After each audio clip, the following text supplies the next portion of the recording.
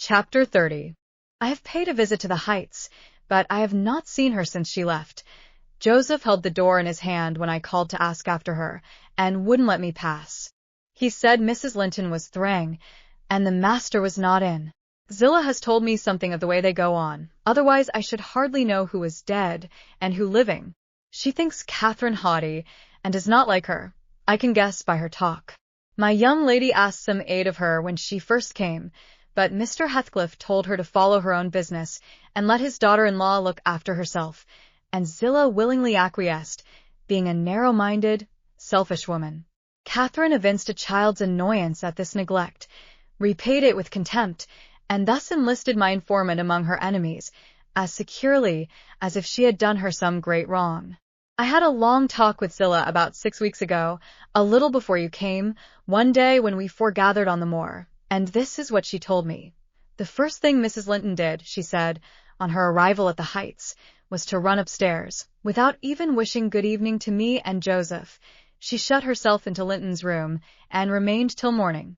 Then, while the master and Earnshaw were at breakfast, she entered the house, and asked all in a quiver if the doctor might be sent for.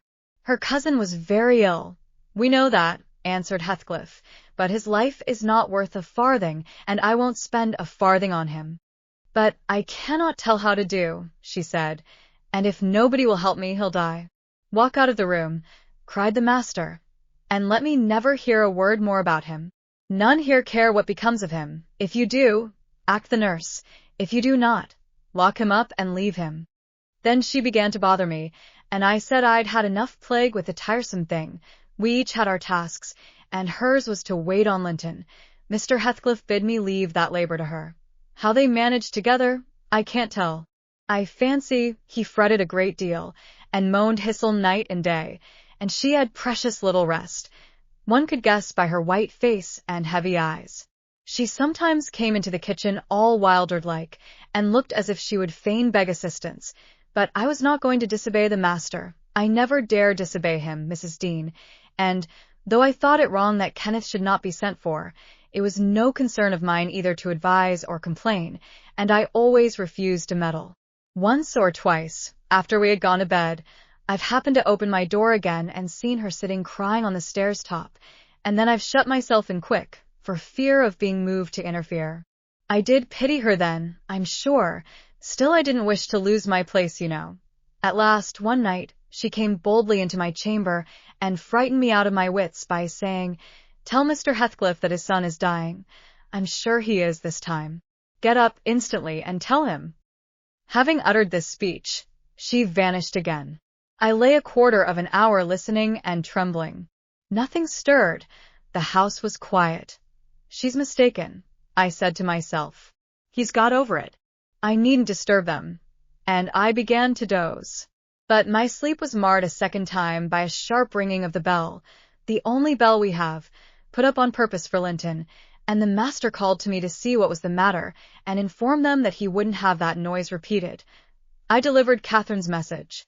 He cursed himself, and in a few minutes came out with a lighted candle, and proceeded to their room. I followed. Mrs. Heathcliff was seated by the bedside, with her hands folded on her knees.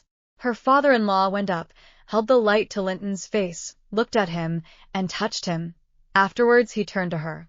"Now, Catherine," he said, "how do you feel?" She was dumb. "How do you feel, Catherine?" he repeated. "He's safe, and I'm free," she answered. "I should feel well, but," she continued, with a bitterness she couldn't conceal, "you have left me so long to struggle against death alone, that I feel and see only death. I feel like death." And she looked like it, too. I gave her a little wine. Hareton and Joseph, who had been wakened by the ringing and the sound of feet, and heard our talk from outside, now entered. Joseph was fain, I believe, of the lad's removal. Hareton seemed a thought bothered, though he was more taken up with staring at Catherine than thinking of Linton. But the master bid him get off to bed again. We didn't want his help. He afterwards made Joseph remove the body to his chamber, and told me to return to mine, and Mrs. Heathcliff remained by herself.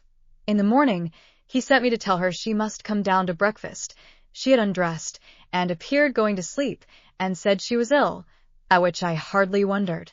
I informed Mr. Heathcliff, and he replied, "Well, let her be till after the funeral, and go up now and then to get her what is needful, and as soon as she seems better, tell me." Kathy stayed upstairs a fortnight, according to Zillah, who visited her twice a day, and would have been rather more friendly, but her attempts at increasing kindness were proudly and promptly repelled. Heathcliff went up once, to show her Linton's will. He had bequeathed the whole of his, and what had been her movable property, to his father. The poor creature was threatened, or coaxed, into that act during her week's absence, when his uncle died. The lands, being a minor, he could not meddle with. However, Mr. Heathcliff has claimed and kept them in his wife's right and his also, I suppose legally. At any rate, Catherine, destitute of cash and friends, cannot disturb his possession. Nobody, said Zillah, ever approached her door, except that once, and nobody asked anything about her. The first occasion of her coming down into the house was on a Sunday afternoon.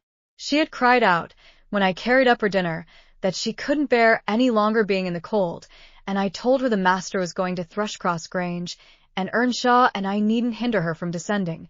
So, as soon as she heard Heathcliff's horse trot off, she made her appearance, donned in black, and her yellow curls combed back behind her ears as plain as a Quaker.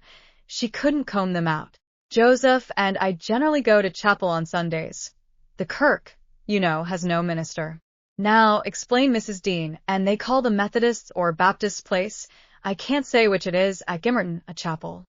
Joseph had gone, she continued, but I thought proper to bide at home. Young folks are always the better for an elder's overlooking, and Hareton, with all his bashfulness, isn't a model of nice behavior. I let him know that his cousin would very likely sit with us, and she had been always used to see the Sabbath respected, so he had as good leave his guns and bits of indoor work alone, while she stayed. He colored up at the news, and cast his eyes over his hands and clothes. The train oil and gunpowder were shoved out of sight in a minute. I saw he meant to give her his company, and I guessed, by his way, he wanted to be presentable. So, laughing, as I durst not laugh when the master is by, I offered to help him if he would, and joked at his confusion. He grew sullen and began to swear. Now, Mrs. Dean, Zillah went on, seeing me not pleased by her manner, you happen think your young lady too fine for Mr. Hareton, and happen you're right, but I own I should love well to bring her pride a peg lower. And what will all her learning and her daintiness do for her, now? She's as poor as you or I. Poorer, I'll be bound. You're saving, and I'm doing my little all that road. Hareton allowed Zillah to give him her aid, and she flattered him into a good humor. So, when Catherine came, half forgetting her former insults, he tried to make himself agreeable, by the housekeeper's account. Mrs. walked in, she said, as chill as an icicle, and as high as a princess. I got up and offered her my seat in the armchair. No, she turned up her nose at my civility. Earnshaw rose, too, and bid her come to the settle, and sit close by the fire. He was sure she was starved. I've been starved a month and more, she answered, resting on the word as scornful as she could, and she got a chair for herself, and placed it at a distance from both of us. Having sat till she was warm, she began to look round, and discovered a number of books on the dresser. She was instantly upon her feet again, stretching to reach them, but they were too high up. Her cousin, after watching her endeavors a while, at last summoned courage to help her. She held her frock, and he filled it with the first that came to hand. That was a great advance for the lad. She didn't thank him. Still, he felt gratified that she had accepted his assistance, and ventured to stand behind as she examined them, and even to stoop and point out what struck his fancy in certain old pictures which they contained. Nor was he daunted by the saucy style in which she jerked the page from his finger. He contented himself with going a bit farther back and looking at her instead of the book. She continued reading, or seeking for something to read. His attention became, by degrees, quite centered in the study of her thick silky curls. Her face he couldn't see, and she couldn't see him. And, perhaps, not quite awake to what he did, but attracted like a child to a candle, at last he proceeded from staring to touching. He put out his hand and stroked one curl, as gently as if it were a bird. He might have stuck a knife into her neck. She started round in such a taking. Get away this moment. How dare you touch me? Why are you stopping there? She cried, in a tone of disgust. I can't endure you. I'll go upstairs again if you come near me. Mr. Hareton recoiled, looking as foolish as he could do. He sat down in the settle very quiet, and she continued turning over her volumes another half-hour. Finally, Earnshaw crossed over and whispered to me, Will you ask her to read to us, Zillah? I'm stalled of doing naught, and I could like to hear her. Do not say I wanted it, but ask of your son. Mr. Hareton wishes you would read to us, ma'am, I said immediately. He'd take it very kind. He'd be much obliged. She frowned, and looking up, answered, Mr. Hareton and the whole set of you will be good enough to understand that I reject any pretense at kindness you have the hypocrisy to offer. I despise you, and will have nothing to say to any of you. When I would have given my life for one kind word, even to see one of your faces, you all kept off. But I won't complain to you.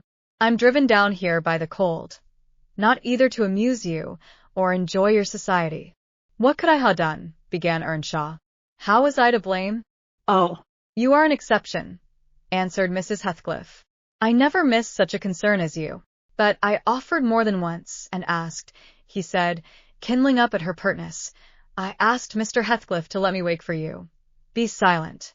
I'll go out of doors, or anywhere, rather than have your disagreeable voice in my ear, said my lady. Hareton muttered she might go to hell for him, and unslinging his gun, restrained himself from his Sunday occupations no longer. He talked now, freely enough, and she presently saw fit to retreat to her solitude, but the frost had set in, and, in spite of her pride, she was forced to condescend to our company more and more. However, I took care there should be no further scorning at my good nature. Ever since, I've been as stiff as herself, and she has no lover or liker among us, and she does not deserve one. For, let them say the least word to her, and she'll curl back without respect of anyone. She'll snap at the master himself, and as good as dares him to thrash her, and the more hurt she gets, the more venomous she grows. At first, on hearing this account from Zillah, I determined to leave my situation, take a cottage, and get Catherine to come and live with me. But Mr. Heathcliff would as soon permit that as he would set up Hareton in an independent house, and I can see no remedy, at present, unless she could marry again, and that scheme it does not come within my province to arrange. Thus ended Mrs. Dean's story. Notwithstanding the doctor's prophecy, I am rapidly recovering strength, and though it be only the second week in January, I propose getting out on horseback in a day or two, and riding over to Wuthering Heights, to inform my landlord that I shall spend the next 6 months in London, and if he likes, he may look out for another tenant to take the place after October. I would not pass another winter here for much.